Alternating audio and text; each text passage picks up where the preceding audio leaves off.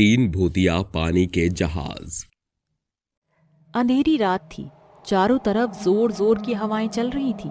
समुंदर की लहरों में भी हलचल मच गई थी। समुंदर के अंदर तीन पानी के जहाज इस रफ्तार से चल रहे थे मानो जैसे हवाओं को चीरते हुए जा रहे हों।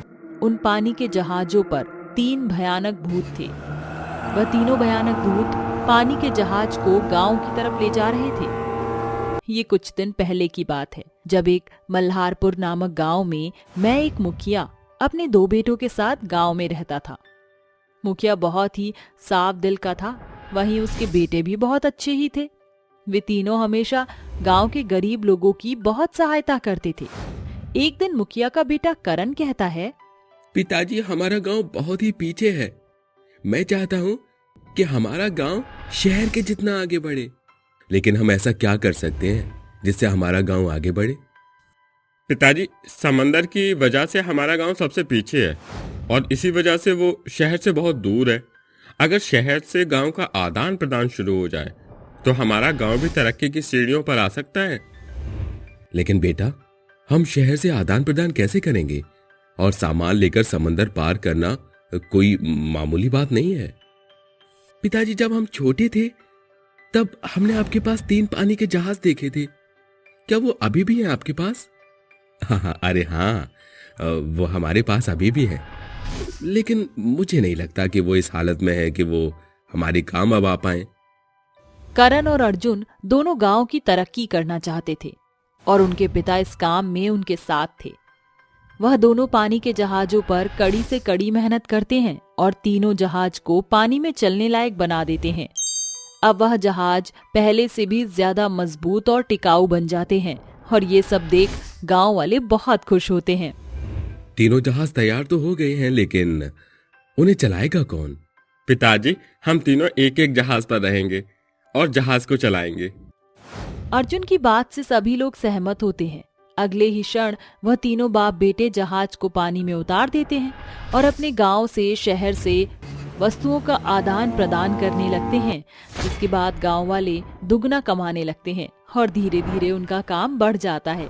इसलिए अब वह तीनों पानी के जहाज को चलाने के लिए अपने अपने साथ एक एक आदमी को रख लेते हैं।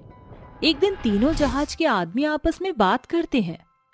अरे भाई, अगर हम तीनों जहाजों को चुरा लें तो हम बहुत अमीर हो सकते हैं। बोल तो सही रहा है, लेकिन अगर मुखिया को पता चल गया तो हमें जान से मार देगा। अरे, जब मुखिया ही नहीं बचेगा तो मारेगा कौन? एक काम करते हैं, आज रात तीनों को मार के जहाज लेकर भाग जाते हैं। तीसरे आदमी की बात पर बाकी दोनों सहमत हो जाते हैं और रात के समय वह तीनों मौका देखकर मुखिया और उसके दोनों बेटों को मार देते हैं, जिसके बाद वह तीनों भयानक भूत बन जाते हैं। पिताजी, इन तीनों ने हमें धोखा दिया।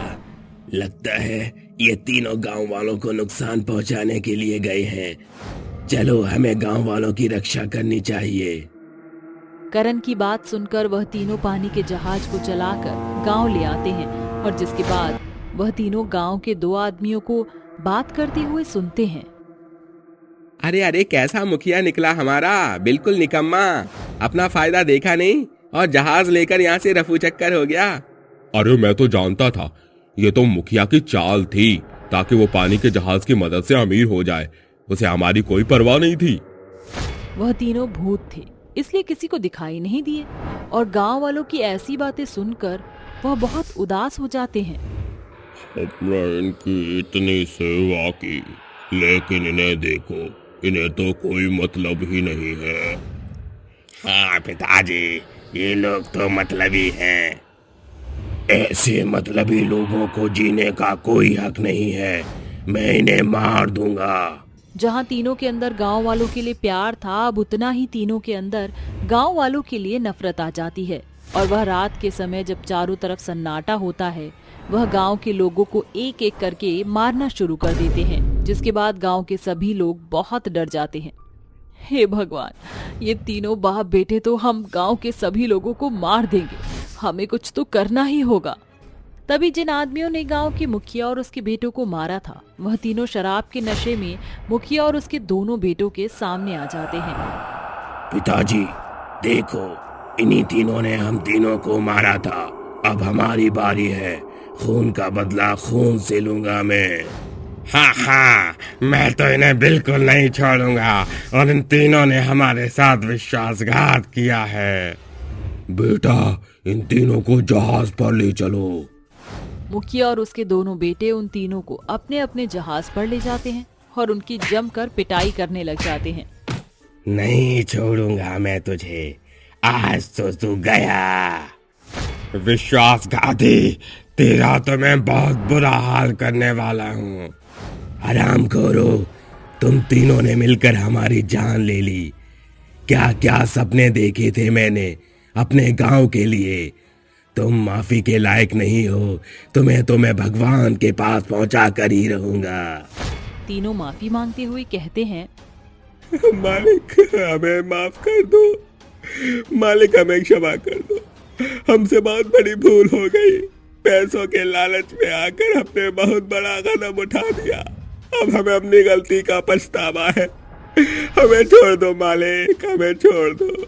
वहाँ गांव के लोग एक तांत्रिक बाबा को लेकर आ जाते हैं, जिसके बाद तांत्रिक बाबा कहते हैं, हम सभी गांव वालों को अपने किए पर बहुत पछतावा है और आप सब लोगों की बहुत इज्जत करते हैं। आप इन्हें छोड़ दीजिए और यहाँ से हमेशा हमेशा के लिए चले जाइए। पिताजी, मुझे बदला लेना है, खून का बदला खून से लेना है। मैं बदले की आग में जल रहा हूँ, मुझे बदला चाहिए। नहीं बच्चों, अब नहीं। इन लोगों की गलतियों का इन्हें पछतावा है और हमने इन्हें इनकी सजा भी दे दी है। लेकिन अब मेरी एक शर्त है।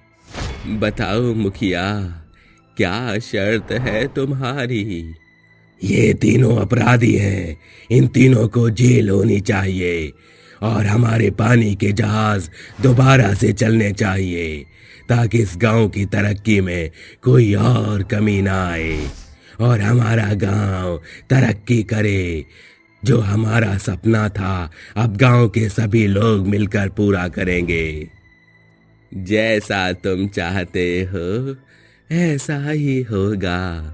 हम इन्हें पुलिस के हवाले कर देंगे और तुम्हारे जहाज को गांव के 3 अच्छे लोग चलाएंगे।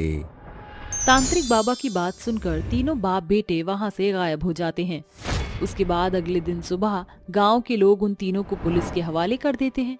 वहीं दूसरी तरफ उन तीनों जहाज को रामू, श्यामू और घनश्याम चलाते हैं। वह तीनों गांव के सबसे अच्छे लड़के थे, जो हर काम ईमानदारी से करते थे। ऐसे ही धीरे धीरे गांव की तरक्की होने लगती है और अब गांव का कोई भी आदमी परेशान नहीं होता।